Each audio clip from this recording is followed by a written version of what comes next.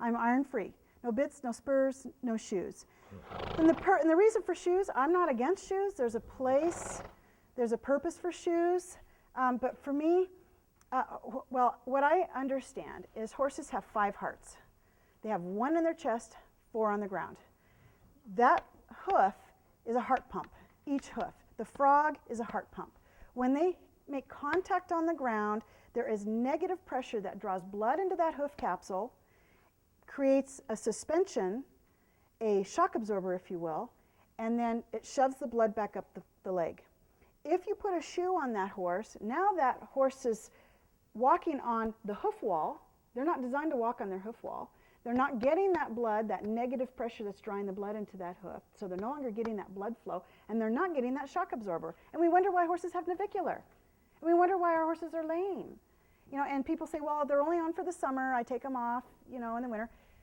I get that, you know, and I understand for a lot of shows they require shoes, but the USCF is really opening their minds and allowing in some of the lower classes, and we hope that up in the higher level classes are going to do this as well, but they are allowing old Mac boots or any kind of easy care boot or any boot. Easy care, you know, has the largest selection.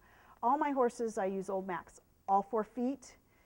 Until a horse develops enough well on the rear that they don't need boots. My thoroughbred got to the point where I could run him on the logging roads without boots on his back feet, but he had to have them on his front feet. So that's why I don't do shoes, and horses that come into my training program are required that their shoes be removed unless they're on for therapeutic reasons, and there are reasons, thin soles. You know, you've got horses that have lame issues, and they are so lame without their shoes that it interrupts the training. I so happened to get a Tennessee Walker. His shoes were, he had balance shoes on. The guy who put them on didn't trim for the balance shoe. We had the shoes pulled, and that horse was lame for 3 months here.